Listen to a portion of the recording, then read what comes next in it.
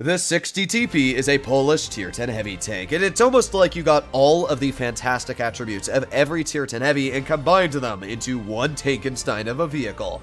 The 60 TP has the hull armor and general design of an IS-4 and IS-7, with very similar frontal armor to the IS-4. You can see the overall design is very similar, but when we take a look at the turret armor, it's more similar to an IS-7, with very rounded edges and an extremely strong front that until you turn it to the left or the right, really can't be penetrated.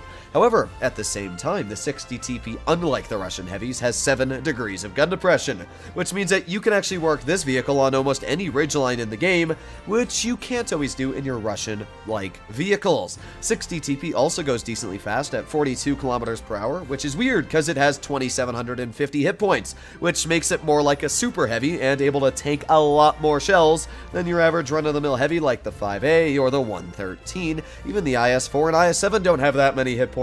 And then finally, we come to the gun, a 152mm armament that has not only great penetration on the standard and premium, but massive damage at 600 per shot. And that's if you're running it without tungsten shells. With tungsten, you can get up to 690 per shot, which means now you've got the gun of an E100 or a VK72. So it's got a massive alpha gun, it's got great frontal armor, and fantastic gun depression. And when you add all these together, it makes for one of the strongest tier 10 heavies in the game. I really like the 60 TP. Not everything about it is fantastic, but in today's video, we are going to be doing a full down review, letting you know everything you're going to need to on this tier 10 heavy tank. I don't say this all too often, because I don't like to make my opinion enforced on other people's opinions, especially when I say this is the best or that's the best. But when it comes to the 60 TP and the current meta of Blitz, I do personally feel that this is the best tier 10 heavy tank in the game. Now yes, there are vehicles like the Concept 1B, vehicles like the 57 Heavy and WZ-113, which are all incredibly strong in their own respective arguments, but they all have weaknesses that can let them down. The Concept is an absolutely overpowered tank, but only in hull down situations. What do you do when you're not in a hull down situation? Well, the 60 TP is here to save the day. The 60 TP, as we went over in our brief intro, has massive hit points at 2,756, but it also has the alpha, the gun depression, and the armor to get away with anything. Sure, it's a very easy target to tear apart when it's exposed, but you have so many hit points that if you lose 400 or even 800 hit points, it's not the end of the world. You just keep on chugging along with another 1,900 left. You're only about 250 less hit points than a mouse, so yeah, pretty strong when it comes to that regard. This vehicle has slowly become one of my go-to heavy tanks in the game after I've more and more fell in love with it. And that's why, in today's video, we are going to be doing a full in-depth review on this tier 10 heavy tank, letting you know everything you're going to need to when it comes to equipment, provisions, consumables, everything, armor profile, and as well some pretty dang good replays up for you. So if you enjoy this type of content and you'd like to see more like it in the future, please consider smashing that subscribe button down below. But we're going to start off with my general opinion of this tank. As I just said, I do think that this is the best tier 10 in the game because it does everything so well, and especially fitting in with the hull down meta that currently exists with Blitz. But I can definitely tell you I did not always believe in this fact. If any of you have seen my previous videos on the 60 TP, this is one of those tanks I haven't always loved. In fact, it's taken me almost 700 battles, making this one of my most played tanks in the game, and it's only been out for a couple months, mind you not. I think 4 months it's been out, and it's already accumulated 600, 700 battles on my account. I really didn't love playing this tank at one point, and I made a video saying that. And I've definitely grown on it since then. I've changed my equipment loadout, I've fixed a lot of how I've ran this tank, and it seems to have really made a difference in its overall playstyle, and that's why I've decided to make today's in-depth review. So let's get straight into it, starting off with the statistics. So what is good and what is bad? Well, the gun has not so great DPM at 2,379. That makes it one of the lowest damage per minute in tier 10. However, there are some big advantages. If you're running tungsten shells and as well adrenaline like me, you're a bit of a risk taker because obviously this tank is an extremely weak ammo rack, but that's where you just don't show the ammo rack. This is the same thing I've said when I've talked about the IS-7. The IS-7's ammo rack is right in the corner of the vehicle, which is exactly the same for the 60 TP. Now what that means is that you only get penned when you expose your weak armor that is on the side of the vehicle. So when I pull around a corner in the 60, I purposely make sure that I'm not over-angling my front. I'm making sure that my track wheels are the spots being shot, not the angled bits where the ammo rack is. And because of that, the only time I've been ammo racked in my 60 TP were, I think, within my first 10 battles of the tank. Out of 670 battles or so, I've only been ammo racked, I think, 3 times in total, and that definitely shows that, yeah, it does have a weak ammo rack, and if in a 183 you aim at the right spot, you have a 33% chance of full health ammoing it.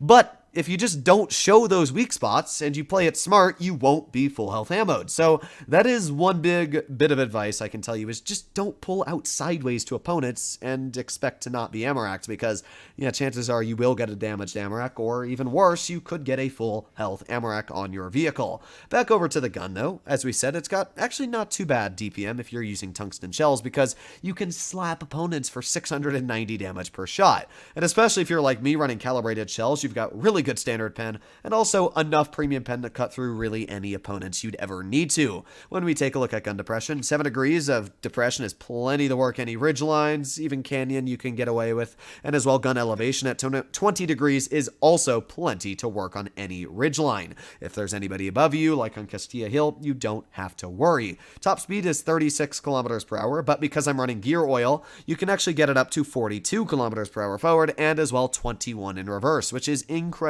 quick, although I actually run my loadout a bit weird on this vehicle, so I'll be showing that in just a moment. Not the best power to weight ratio at 14.1, not the worst. It's okay is a good way to word it, but yeah, you're definitely not going to be running any marathons in this vehicle. I would say its overall acceleration and mobility is very similar to that of an IS-4, which is kind of funny because it's also got a very similar armor profile as an IS-4.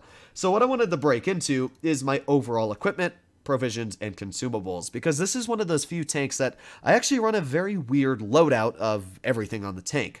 First, we'll start off with the simple stuff, the equipment. I'm running calibrated shells because obviously I love getting that extra penetration on the HE, and as well the heat, man, it goes up 33 millimeters. That is a huge increase in penetration.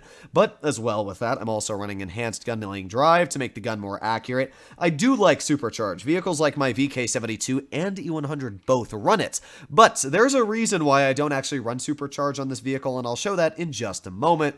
But yeah, definitely go for enhanced gun milling drive, because you want to get that aiming time as low as possible. And finally, again, to make that aiming time even a bit better, I'm running V-stabs. Yes, refined gun does make your dispersion better, but it doesn't make your aiming time better, which doesn't help anybody. You can't fully aim in anyway with this vehicle because it's got such a long aiming time, so I'd much rather have V-stabs making my aiming time better on the move and be able to snap at least a little bit faster on enemy opponents. Vitality, I'm running improved modules. I spent a lot of time thinking about which one of these was better, but I would much rather get a 10% increase of durability over a 7% chance of not being full health ammo racked, because durability also gives you a stronger ammo rack, decreasing your chances of being full health ammo racked. When we look at hit points, obviously I'm running HP over armor. I'd rather get that extra 156, bringing it to a whopping 2,756 hit points.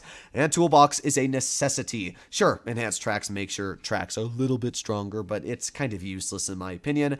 Go for toolbox. It will make the tank repair a lot faster. If you're running Cabinet on this tank, you're an absolute madman. Engine accelerator, obviously, to get that better power to weight ratio. And finally, I'm running consumable delivery system to get back my adrenaline and tungsten shells, depending on when I use them, just that tad bit faster for either comp or pubs.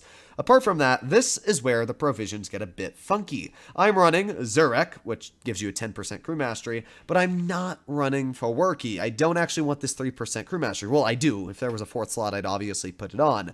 But instead, I'm running Zurek, and then I'm also running improved gear oil to give me better engine power of 6%, plus 4 kilometers per hour forward and backwards. And finally, I'm running gunpowder. Now, originally, I was running Faworki, but I honestly decided that I would much rather get that 35% shell velocity boost. I mean, that's huge. That's actually more than Supercharger gives you at 30%. Now, sure, your penetration does decrease over distance, which Supercharger doesn't have as a downside, but I'd just rather get the faster shell velocity, plus I don't need the takeaway for my aiming time, which I find extremely important, way more important than getting an extra 31 DPM or teeny bit of dispersion, I do find it very, very important just to kind of get that better shell velocity.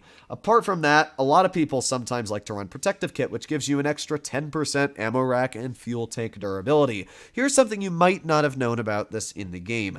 Ammo racks are not preventable with Protective Kits, and what that means is that full health ammo racks are luck. Basically, if you get hit by a tank in your ammo rack, there is a 7% chance that you will be full health ammo racked. It kind of sucks. There's nothing you can do about it. Protective Kit does not decrease your chances of getting a full health ammo rack. All it does is increase the durability of the ammo rack, meaning that it won't get damaged.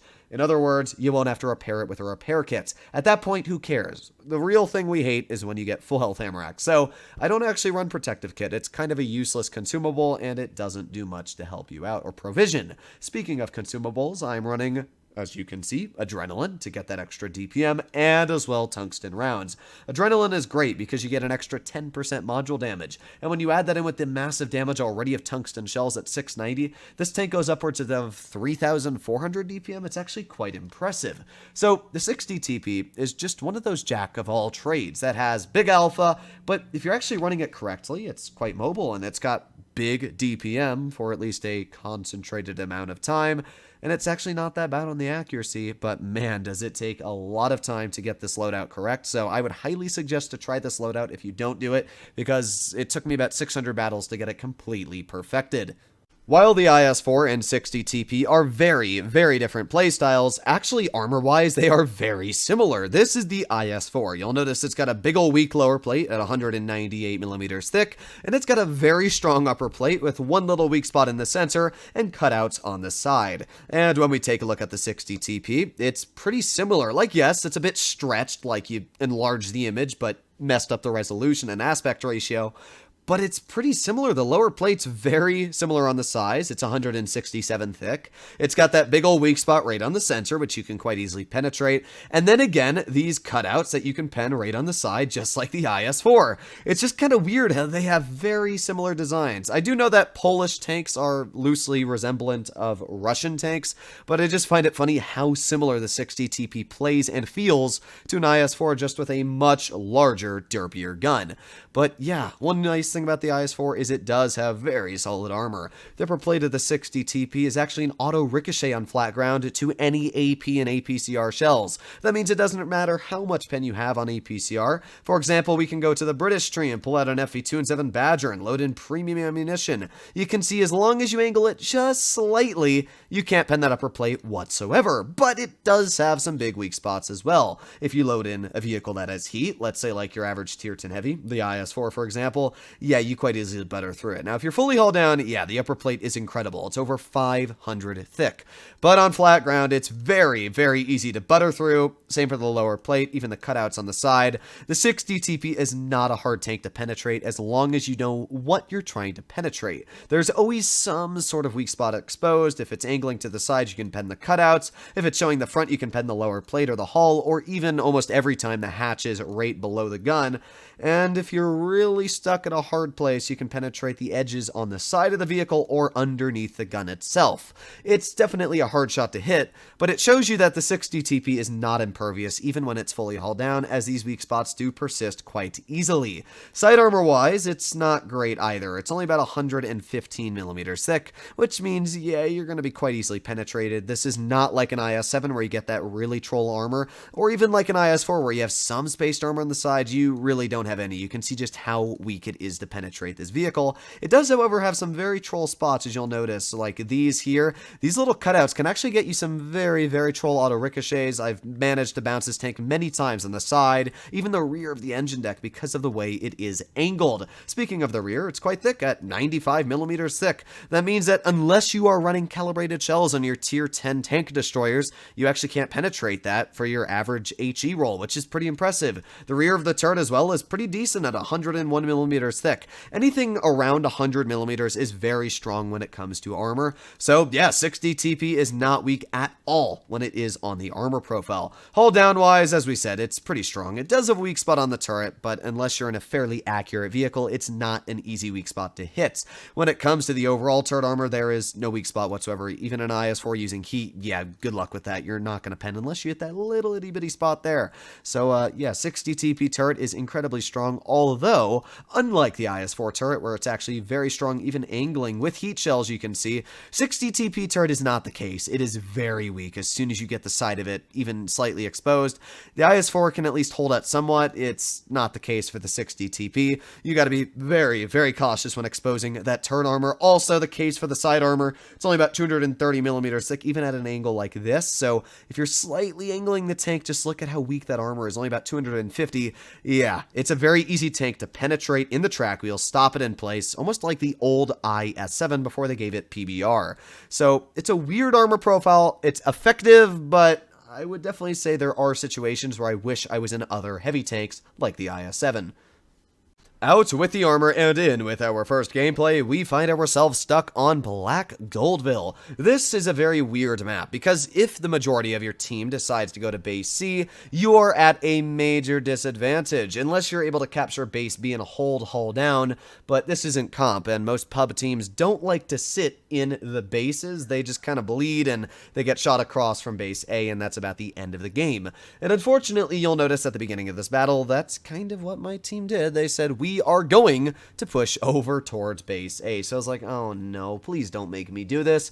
I was with my cron buddy over here, and I was just trying to think, what do I want to do right now? I was thinking I could either push over this way towards base B, or I can go towards A.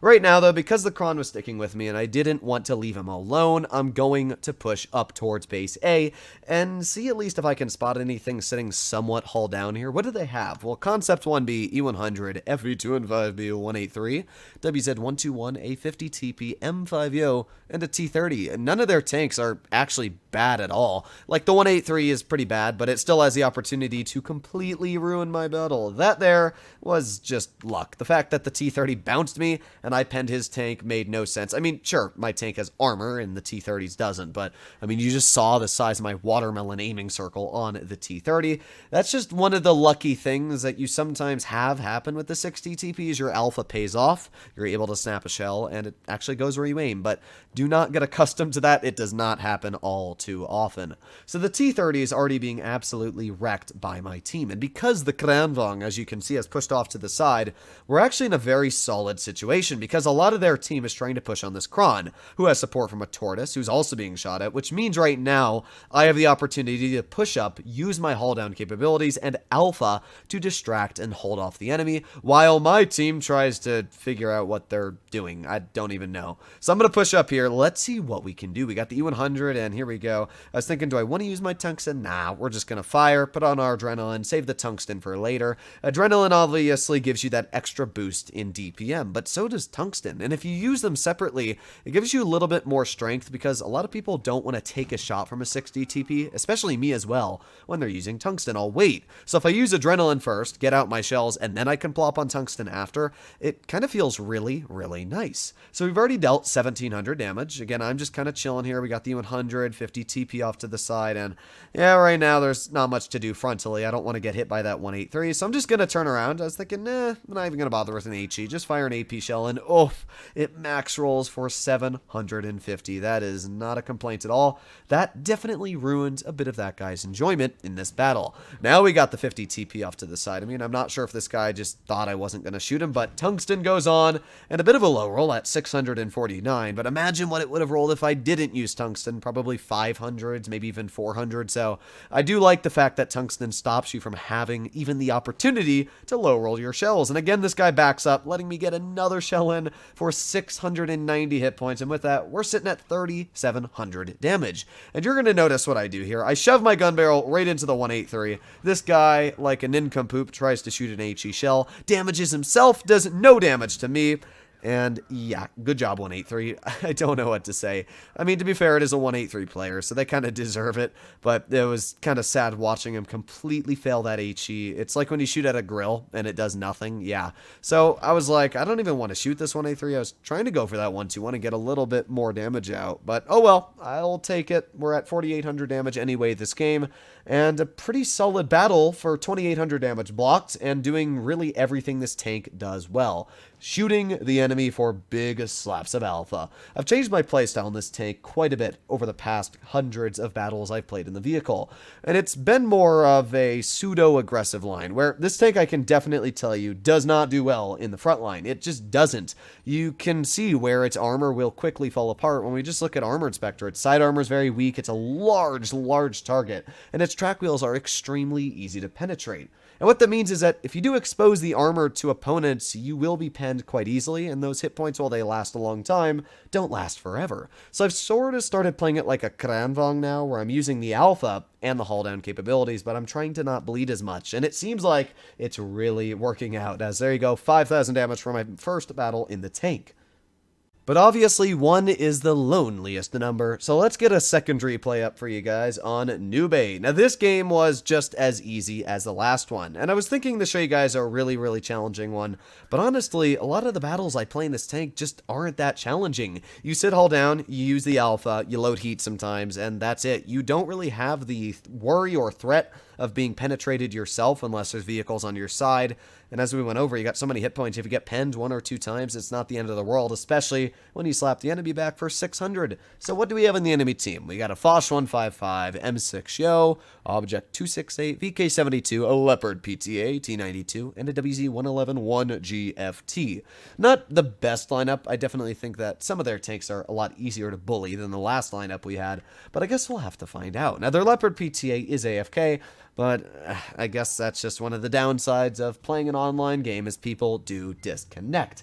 You'll also notice one of the downsides of the gun. Like, yeah, sure, I didn't expect that to hit, but I don't know, it was still kind of sad watching that shell just completely miss by a mile. So here we go again, aiming at that Leopard, fully aimed in, and there you have it. Easy snap into his turret for 571. So not too bad at all. We've already cleared one opponent. That guy came back just a little bit too late, and, well, that cost him his entire game. However, I don't really think it would have made too much of an impact in the overall impression of this battle. So their team is pushing very aggressive. They've already cleared one of our tier 9s, but we've cleared 2 of their vehicles, one of them being a tier 10 already, which is pretty solid. And next up, we got the WZ 111 1GFT. Because the T100 LT is off to the side of his tank, that T100 is most likely going to have him turn his attention. So I'm going to aim in right on the WZ, load in an AP shell for 698. Oh, that's gotta hurt, dude. And yeah, he's already dead. That's again where the alpha feels great. If you've got autoloaders and other tanks that have really quick firing guns like that T100 LT, if you store up all of your damage for one big mighty shell like that one there on the VK72, you can make up for a lot of the damage your enemy team would deal, but you do have a very long reload, obviously, as you can see here. So now I'm reloading again. We're at 1900 damage. We've got the M6 Yo. I'm trying not to be spotted, not poking this. Here we go. Poke it, and boop, there you go, 691 hit points, and back in the cover again. Now we're at 2600 damage. Just like that, we went from 1900 to 2600, and that's just how quickly this vehicle racks out the damage. Another thing that's great about it is the fact that it overmatches a lot of weak armor. You can see that we just slap through the side of that M6 Yo. The larger the caliber of your gun, the easier it is to penetrate through weaker armor plates. In fact, you can overmatch any 50mm plates within a 60 TP compared to, let's say, that M6 Yo there that carries a 100mm, or is it a 105? It can only overmatch 30mm plates, so it's a big difference on armor there, and it does make a huge overall impression on what tanks you can penetrate and what you can't.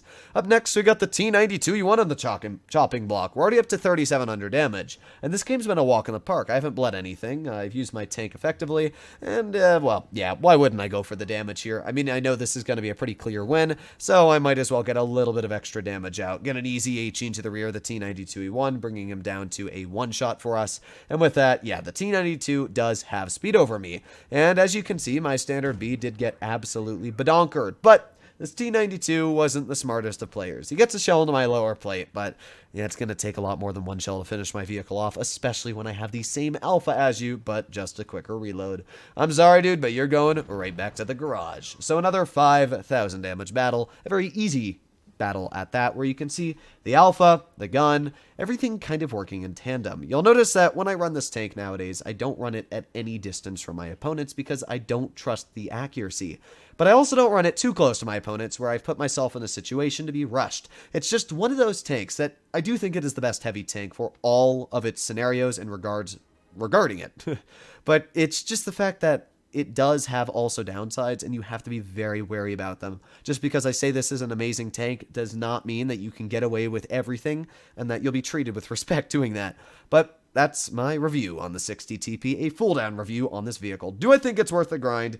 Yeah, the tier 8's amazing, the tier 9's great, and the tier 10, I mean, we just went over it. So I do think it's actually a really good vehicle to grind. Do I think it's better than the IS-7? No. I think the IS-7 is a better heavy for getting away with things. As I said, I think this is the best heavy, meaning that it can do everything the best. The IS-7 does armor the best. It gets away with bouncing things. So I think the IS-7 is still a better heavy for a lot of people just because it gets away with more, it's more forgiving. But if you understand how to run a tank like this, oh man, is it a strong vehicle. Hopefully you enjoyed today's video, and I'll be seeing you in the next one. Bye-bye.